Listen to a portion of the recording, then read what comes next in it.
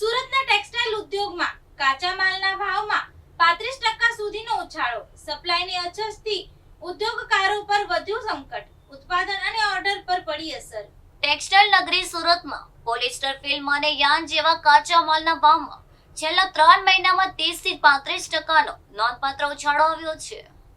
ભાવ વધારાની સાથે હવે કાચા માલની અછત પણ ઉદ્યોગકારો માટે મોટી ચિંતાનો વિષય બની રહી છે. સપ્લાય સમયસર ન મળવાના કારણે ઉત્પાદન પ્રક્રિયા પર સીધી અસર પડી રહી છે. કાચા માલની અછત અને વધતા ભાવના કારણે ટેક્સટાઇલ ઉદ્યોગકારો બેવડા સંકટમાં મુકાયા છે. ઉત્પાદન ખર્ચમાં વધારો થતા વેપારીઓ અને ઉત્પાદકો પર આર્થિક ભારણ વધી ગયું છે. બીજી તરફ સમયસર ઓર્ડર પૂર્ણ કરવામાં પણ મુશ્કેલી ઊભી થઈ રહી છે.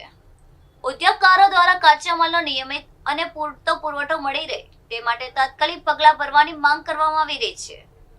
જો પરિસ્થિતિમાં સુધારો નહીં થાય તો આગામી સમયમાં પણ ટેક્સટાઇલ ઉદ્યોગ પર વધુ અસર થવાની શક્યતા વ્યક્ત કરવામાં આવી રહી છે.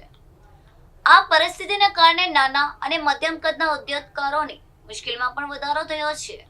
કાચા માલના ભાવ અને સપ્લાય મસીતા આવે તો જ ટેક્સટાઇલ ઉદ્યોગને રાહત મળી શકે તેવી આશા ઉદ્યોગકારો વ્યક્ત કરી રહ્યા છે. નમસ્કાર, હું છું તુષાર કુવાડિયા, સેટજા પ્રેસિડેન્ટ.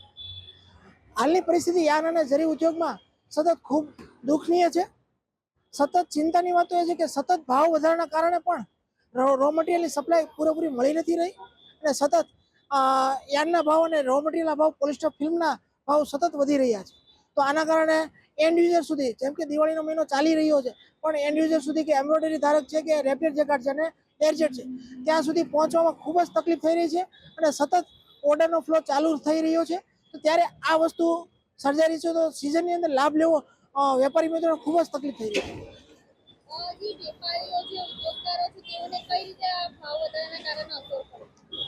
આ ભાવ વધારાના કારણે અસર થઈ રહી છે કે હાલ માર્કેટ ચાલુ થઈ રહી છે. આ 2 મહિનાની ગંભીર